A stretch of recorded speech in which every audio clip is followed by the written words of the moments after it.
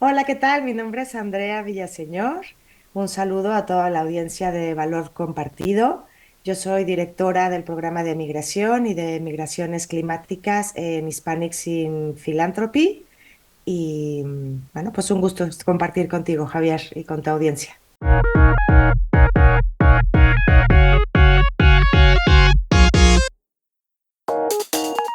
Bienvenidas y bienvenidos a un episodio más, a una entrevista más de Valor Compartido Podcast. En esta ocasión vamos a hablar de, bueno, pues cómo influye, ¿no?, la crisis climática a la migración, al desplazamiento de personas, en especial, bueno, pues en este rincón del mundo, en este país, en México y, por supuesto, en sus países vecinos. Y ya lo han escuchado, tenemos con nosotros a una experta en el tema. Ella es Andrea Villaseñor, directora del programa de migraciones climáticas en Hispanics in Philanthropy. Y nada, primero que nada, mandarte un saludo y agradecerte que estés con nosotros, Andrea. Muchas gracias, Javier. No, un gusto y gracias por este espacio, porque creo que, bueno, que hay muchas cosas ¿no?, por compartir. Andrea, lo primero de todo, para que la gente se ubique, ¿qué es Hispanics in Philanthropy? Pues bueno, Hispanics in Philanthropy es una fundación, ¿no?, una organización filantrópica que nace con el objetivo de fortalecer, ¿no?, el liderazgo de las personas latinas, Ujú. ¿no? Nace en Estados Unidos en 1981 con la idea de tener una mayor influencia en el sector de la filantropía y en los espacios de toma de decisión. Y también para hacer un puente, para movilizar recursos hacia organizaciones de la sociedad civil en Estados Unidos, Uh-huh. pero también en México y el resto de América Latina. Uh-huh. Bueno, y tú lo que llevas son sobre todo temas de personas migrantes. ¿Por qué Hispanics in Philanthropy decide poner el foco hacia la comunidad migrante, hacia las personas migrantes? Sí, bueno, yo creo que el interés, ¿no?, también de HIP por responder, de Hispanics in Philanthropy, por responder a la población migrante y refugiada, ¿no?, en Uh-huh. todo el continente, pues tiene que ver porque, bueno, pues yo creo que es uno de los grandes, ¿no?, de las grandes temas, ¿no?, de los grandes retos que Uh-huh. tenemos en el continente, ¿no? Nosotros no nos gusta hablar de problemas, ¿no?, sino porque, y además porque entendemos que la migración forma parte de la historia de la humanidad, ¿no? Todo el mundo, ¿no? Todo el mundo venimos, ¿no?, de historias de migración, ¿no? Si vamos atrás, ¿no?, nosotras mismas también, ¿no? Hemos sido Uh-huh. personas ¿no?, que hemos migrado. Yo creo que ahí el gran tema es también cómo existen poblaciones que tienen que migrar en situaciones de mucha mayor precariedad, ¿no?, corriendo muchísimos más riesgos. Y creo, y también, ¿no?, las causas por las que están huyendo, que normalmente es eso, son más de huida, ¿no? Cómo se han ido transformando también los flujos migratorios a lo largo de la historia. Entonces, viendo esta realidad, viendo desde, ¿no?, la importancia que le damos desde Hispanics in Philanthropy ¿no?, a la comunidad latina en general, pues entendíamos que las migraciones son uno de los grandes, ¿no?, de los grandes temas de interés, ¿no?, pues, que lo ha sido siempre de la humanidad y creo que históricamente, ¿no? Ahora, ¿no?, los últimos años hemos visto cómo se han incrementado los flujos migratorios por América Latina y cómo también estas dinámicas han ido cambiando. Entonces, por eso, ¿no? Por eso entendemos que es un tema importante. Y también lo entendemos porque afecta, ¿no?, particularmente a poblaciones que han sido tradicionalmente excluidas, ¿no? Poblaciones que han sido o que son racializadas, ¿no? Poblaciones negras, indígenas, pero también poblaciones, ¿no?, que son racializadas y discriminadas por su origen, ¿no? Y también entendemos ¿no?, por las distintas, ¿no?, o por ser mujeres o por pertenecer a la comunidad LGTBIQ. Y por eso nos parece que la migración representa, ¿no?, estos flujos migratorios representan y nos ayuda también como a entender, ¿no?, Uh-huh. estas situaciones particulares también de las personas. ¿Y cómo lo hacen? ¿Cómo atienden estos temas? Pues desde Hispanics in Philanthropy tenemos, bueno, como tres grandes estrategias. Una, que es ¿no?, la movilización de recursos hacia Uh-huh. organizaciones de la sociedad civil. Nosotras, eso, somos una organización filantrópica, donde nosotras no damos atención, ¿no? Nosotras no brindamos los servicios directamente, sino que apoyamos a las organizaciones, ¿no? Porque nos parece ¿no?, que las organizaciones de la sociedad civil son súper importantes que obviamente dan respuesta a situaciones particulares, ¿no? En este caso, por ejemplo, de la población migrante refugiada, Ujú. ¿no? Pero además también forman parte de un sector, ¿no? De la sociedad civil que fortalece y que alimenta también, ¿no? Pues muchas reivindicaciones y son voz también, ¿no? De muchas personas en nuestra sociedad, ¿no? En nuestras sociedades. Entonces, bueno, entonces, una de las estrategias es el apoyo a estas organizaciones de la sociedad civil, que ellas son las que brindan los servicios directos. Ujú. La segunda estrategia tiene que ver con el fortalecimiento de capacidades, ¿no? Con el fortalecimiento de capacidades, un ejemplo es el proyecto M, ¿no? En Ok. el que nosotras, desde el programa de migración, entendimos que hay muchas capacidades dentro de las organizaciones de la sociedad civil y pusimos en marcha el proyecto M como una experiencia de aprendizaje compartido. Y entonces, bueno, es el fortalecimiento, el segundo es el fortalecimiento de capacidades. Y la tercera estrategia es también el poder, ¿no? El poder hablarle al sector de la filantropía, ¿no? En general, ¿no? Sabemos que el sector de la filantropía es súper amplio, hay filantropía empresarial, hay filantropía familiar. Entonces, nosotros también queremos desde nuestra perspectiva, en la relación con las comunidades, ¿no? Con las comunidades latinas en Estados Unidos y con algunas, ¿no? Y con estas comunidades que entendemos en situaciones de exclusión en América Latina, desde ahí el poderle hablar, ¿no? Y poderle transmitir a la filantropía, a las distintas filantropías, ¿no? La realidad que nosotros estamos también viendo y que la entendemos y que la compartimos con las organizaciones a las que acompañamos y a las que apoyamos. O sea, esta última parte sería un poco como ese diálogo, ¿no? Bueno, pues las entidades, organizaciones o personas, individuos, ¿no? Bueno, pues para solidarizarlas, ¿no? O para concienciarlas, ¿no? Hacia estos colectivos. Entonces, movilización de Exacto. recursos, fortalecimiento de capacidades y hablar, ¿no? Al sector de la filantropía, aunque suene un poco general por lo que has dicho, que es un tema es un mundo muy amplio. Y nos Exacto. has dado la pincelada ya en el fortalecimiento de capacidades de un proyecto, que es el proyecto M. Cuéntanos un poquito más sobre este proyecto M, que creo que está destinado, dentro de la labor de Hispanics in Philanthropy, pues sí, hacia el mundo, ¿no? De la migración. Así es. Sí, mira, el proyecto M fue un proyecto que iniciamos ya hace 3 años y medio, Ujú. ¿no? Empezamos en una colaboración con dos organizaciones que se llama Cubadili y Wingu, Ujú. ¿no? Entonces, bueno, pues empezamos la creación de este proyecto respondiendo a la necesidad que habíamos identificado con las organizaciones y con las organizaciones de sociedad civil, ¿no? Que habíamos estado apoyando, ¿no? En esta necesidad de cubrir su interés por fortalecer, ¿no? Capacidades en básicamente tres temáticas. Una, que es el acceso a la tecnología, Ujú. otra vinculada a los liderazgos, ¿no? A los liderazgos dentro de las organizaciones, Ok. y la otra también vinculada a la sostenibilidad, ¿no? Como estos tres grandísimos temas, ¿no? De preocupación para las organizaciones de la sociedad civil que trabajan, ¿no? O que atienden, que acompañan, que brindan servicios a población migrante refugiada. Entonces, el proyecto M era complejo el pensar en un programa de fortalecimiento de capacidades ¿no? Para más de 100 organizaciones, que es ¿no? La red de organizaciones que desde Hispanics in Philanthropy hemos ido tejiendo, ¿no? Con organizaciones que trabajan esta temática. Entonces era difícil, ¿no? Porque son muchas organizaciones muy diversas y en distintas geografías, ¿no? Estados Unidos, México, distintos países de Centroamérica, también Sudamérica.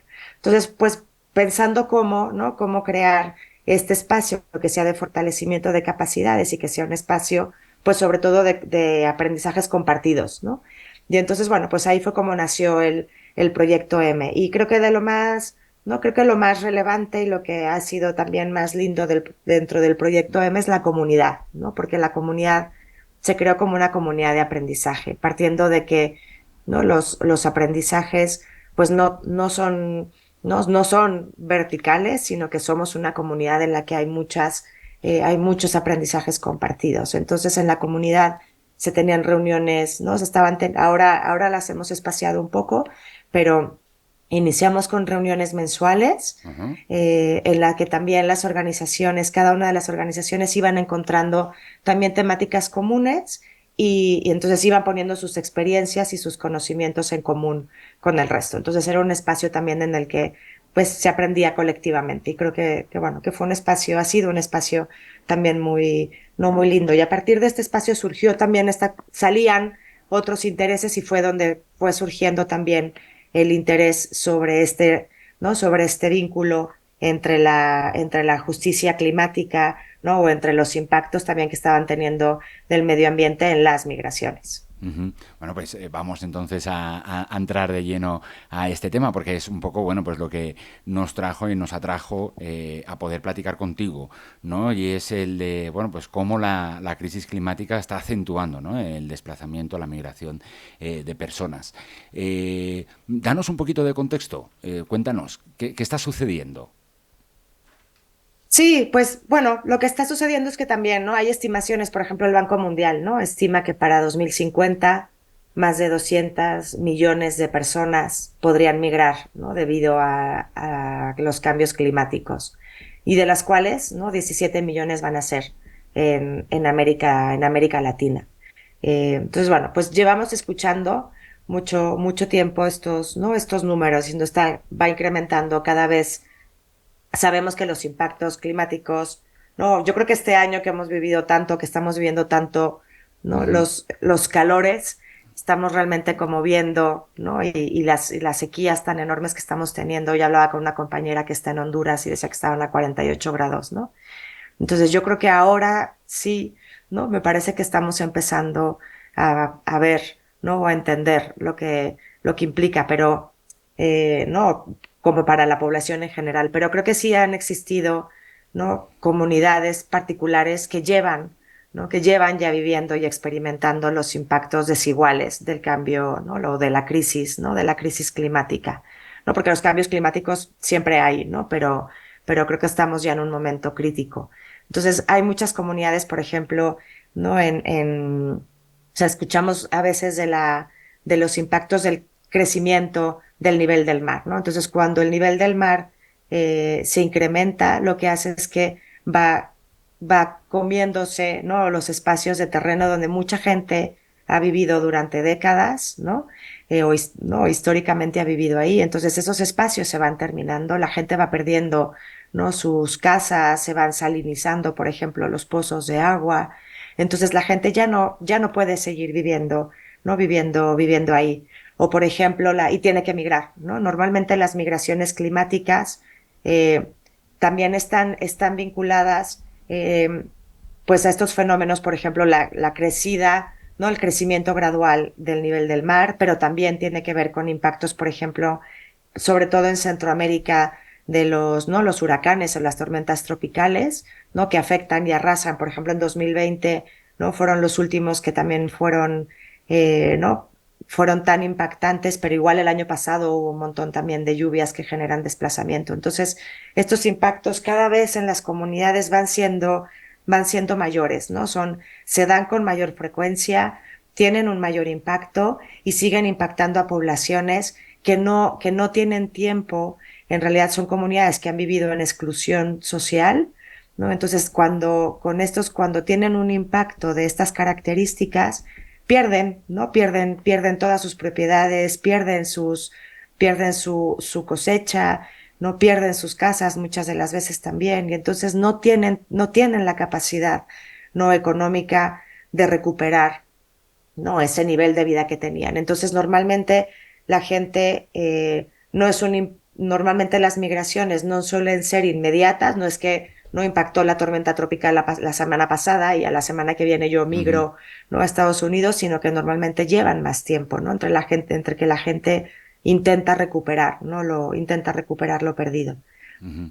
Claro, yo creo que lo has apuntado muy bien. Estamos hablando de comunidades ya vulneradas, ¿no? Ya en una situación, digamos, de exclusión que las hace, uy, no quiero repetir la palabra vulnerables, pero sí, bueno, pues candidatas a sufrir de mayor categoría, ¿no? Pues los efectos de esta crisis climática, ¿no? Has comentado inundaciones, aumento del nivel del mar, pero bueno, las sequías, ¿no? Que pueden a lo mejor incluso pues estropear o dejar de que, bueno, o que hagan desaparecer sus medios de vida, ¿no? Como puedan ser a lo mejor las cosechas y tal, ¿no? Porque también lo has comentado, ¿no? Ahora hablamos del calor de estos días, de estos meses, ¿no? Y ese comentario a lo mejor típico de elevador, ¿no? De, oye, qué calor está haciendo el cambio climático y tal, pero claro, a lo mejor no lo sentimos tan fuerte nosotros, pero hay personas que eso, por su situación, digamos, de exclusión, pues lo sufren mucho más, ¿no?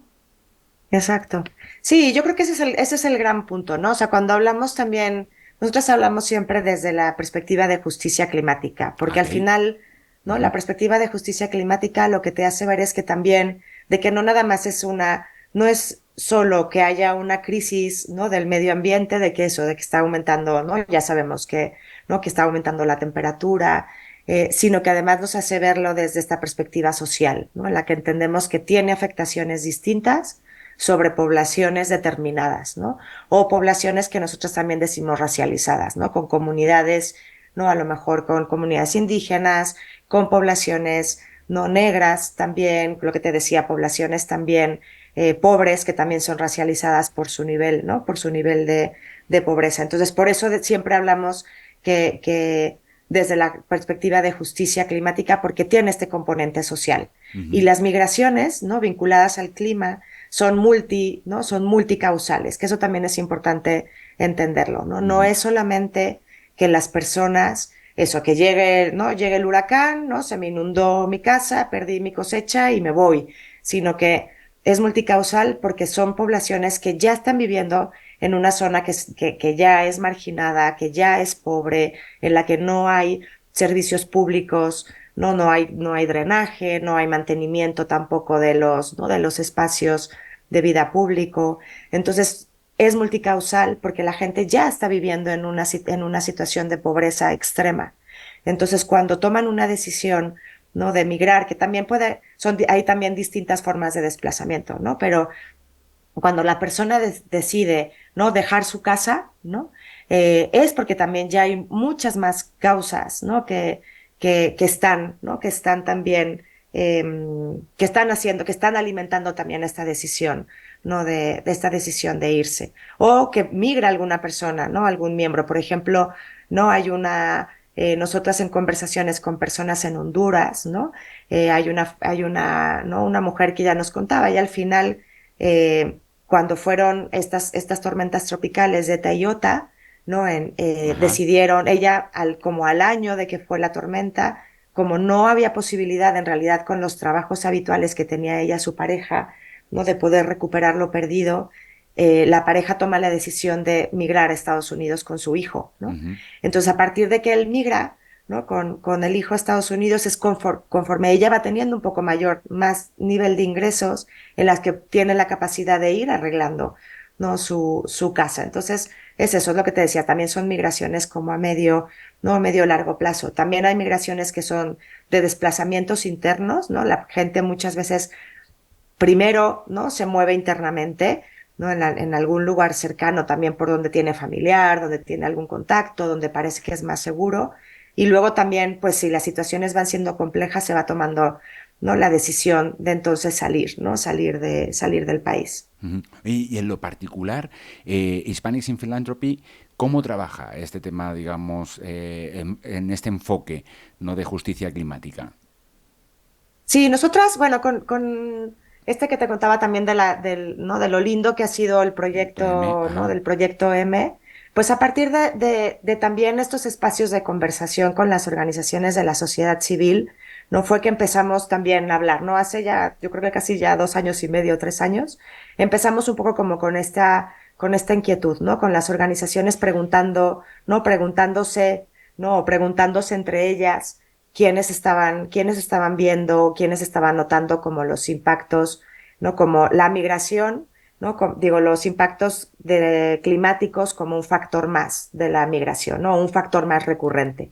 Entonces, a partir de ahí empezamos a dialogar. Entonces, empezamos a darnos cuenta, ¿no? Junto con las organizaciones, empezamos a darnos cuenta que en realidad esta intersección, ¿no? Entre la justicia climática o entre, ¿no? o el cambio climático, en cómo cruza con las migraciones, en realidad es algo que se ha dado siempre, ¿no? Siempre han existido los desplazamientos por causas climáticas. Lo que pasa es que ahora ¿no? Está siendo cada vez más frecuente. Y ahí lo que Ujú. dijimos es, bueno, ¿quiénes? A lo mejor las organizaciones que están trabajando los temas de migración empieza a ser ¿no? un factor o una causa más nueva o más recurrente, pero quienes lo han estado viendo durante todo el tiempo son las organizaciones que llevan trabajando el tema climático históricamente. Entonces ahí dijimos, bueno, pues conversemos, ¿no? Nos hace falta cruzar, ¿no? Cruzar las conversaciones y preguntarnos, ¿no? Entonces al final pues o sea, digamos que son agendas que a veces van separadas y entonces dijimos, bueno, ¿cómo hacemos? ¿Cómo tendemos puentes entre estas dos agendas? Y empezamos a dialogar mucho más, ¿no? Entonces, desde Hispanics in Philanthropy ¿no? Empezamos a decir, bueno, pues busquemos, ¿no? Busquemos estos puentes de conversación. Y ahí aprendimos muchísimo, todas, ¿no? Aprendimos un montón y seguimos aprendiendo. Entonces, ¿qué es lo que hemos ido aprendiendo? Hemos ido aprendiendo que obviamente las organizaciones, ¿no? Que históricamente y además son, ¿no? Todas las organizaciones trabajando en medio ambiente llevan diciéndonos durante décadas, ¿no? De los impactos medioambientales y la importancia de poner, ¿no? De poner ahí el interés, de pensar en políticas.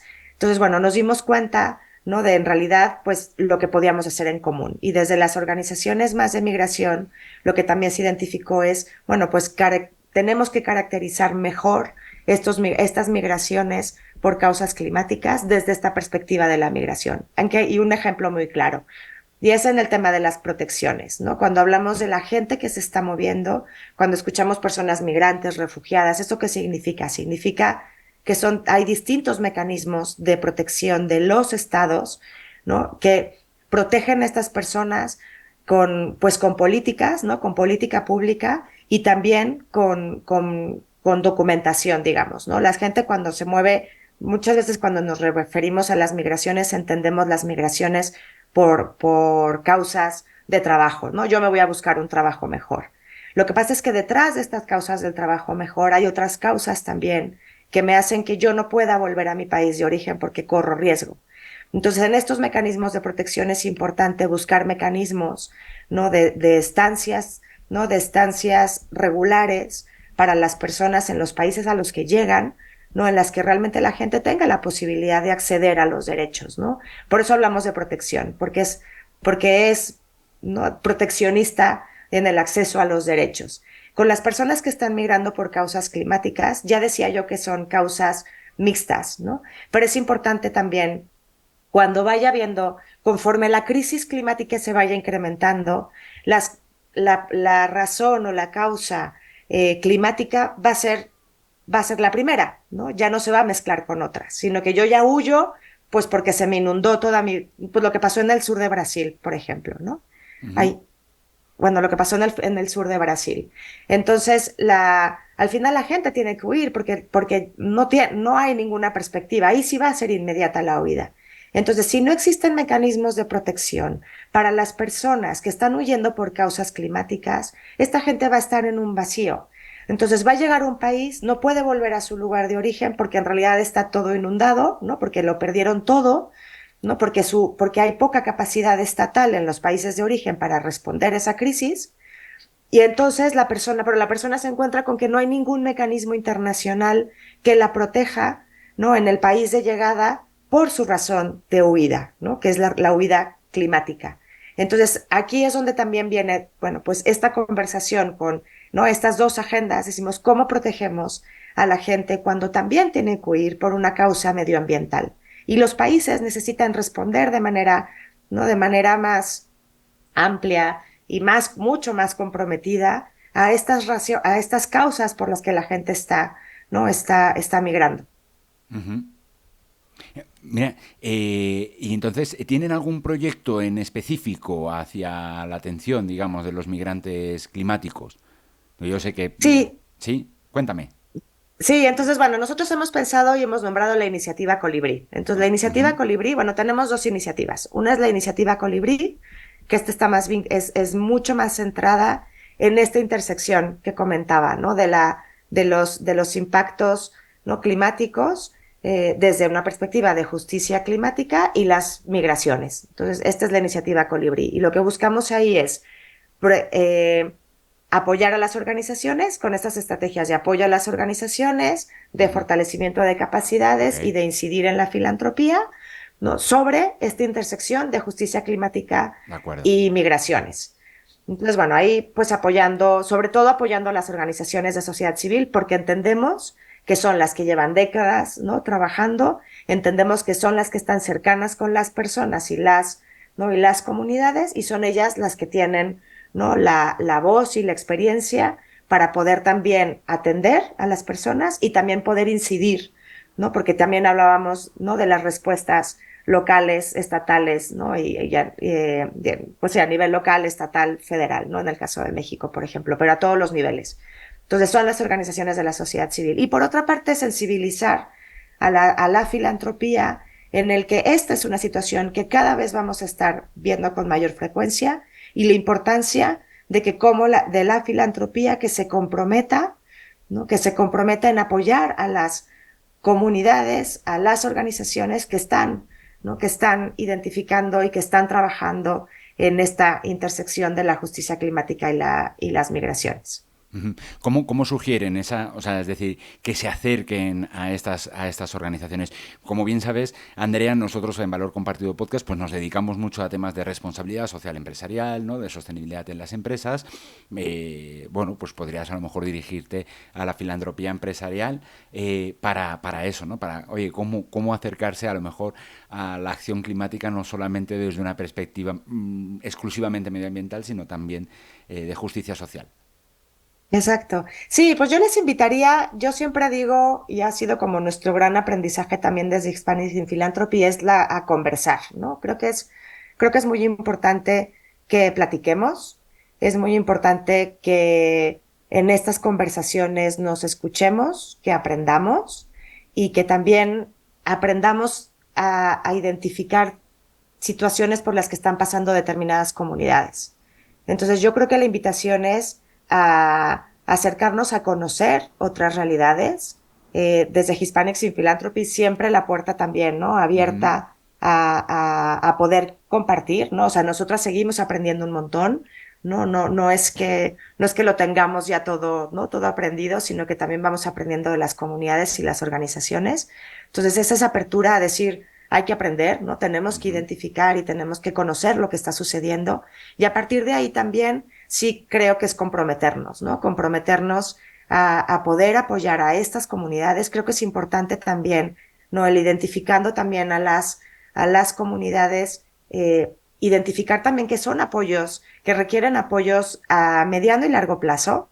Entonces creo que también hay el llamado a la filantropía es que nos comprometamos a apoyar programas a largo plazo, porque esto creo que solamente está, ¿no? Está empezando. Y creo que también, ¿no? Me parece que también el reconocer, ¿no? El reconocer en otras, ¿no? En otras organizaciones, pues los avances que hemos ido estado haciendo y hemos ido teniendo y reconocer lo que hemos ido aprendiendo, ¿no? Y creo que desde ahí es mucho más fácil ir tejiendo, ¿no? Es decir, nosotras siempre estamos como en la disposición de contar lo que hemos aprendido, de contar con qué comunidades, con qué organizaciones estamos trabajando y a partir de ahí seguir tejiendo, porque hay muchas, ¿no? Hay muchas organizaciones, hay muchas comunidades que están siendo afectadas. Entonces creo que es un llamado también a una conversación, no a una conversación más, a una conversación más amplia, ¿no? Y a Ujú. partir de, y creo que requiere, no requiere de todas. Desde Hispanics in Philanthropy siempre decimos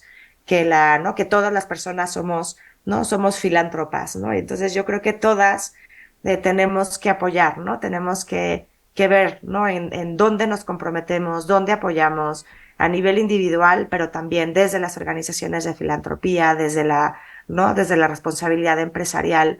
Yo creo que también, ¿no? Es un llamado súper importante a conversar y a ir viendo también, ¿no? Dónde, en qué zonas son más vulnerables, en dónde está habiendo muchos más desplazamientos en México. Hay zonas en las que ya está habiendo, ¿no? Desplazamientos, por ejemplo, en Tabasco, ¿no? Ujú. De poblaciones también que se están viendo afectadas por el crecimiento del mar. Entonces creo que ahí hay muchos aprendizajes y creo que también está bien, ¿no? El reconocer lo que otras están haciendo para no partir, ¿no? No partir de cero y más bien tener como aprendizajes más compartidos y estrategias compartidas. Exactamente, y yo creo que podíamos aprovechar que, digo, nosotros nos hicimos eco, ¿no? de la acción de muchas empresas, en este caso, por ejemplo, tras el huracán Otis en la costa de Guerrero, de Acapulco exactamente, y alrededores, ¿no? Y en otras comunidades, donde la atención, pues bueno, pues obviamente pues era de emergencia, ¿no? Y entonces, bueno, pues muchas se volcaron, ¿no? A esa atención de emergencia, pero como tú decías, muchas veces un efecto o un desastre natural no siempre se queda en el corto plazo, ¿no? O sea, los efectos se pueden ver prolongados más allá en el tiempo, ¿no? Y entonces, bueno, pues no hay que dejar o no hay que olvidarse, ¿no? de las personas que se vieron damnificadas por un desastre natural en este caso, ¿no? Pero vamos, que ejemplos, como has comentado, hay varios, ¿no? En el país y en todo el continente, ¿no? Y en toda la región.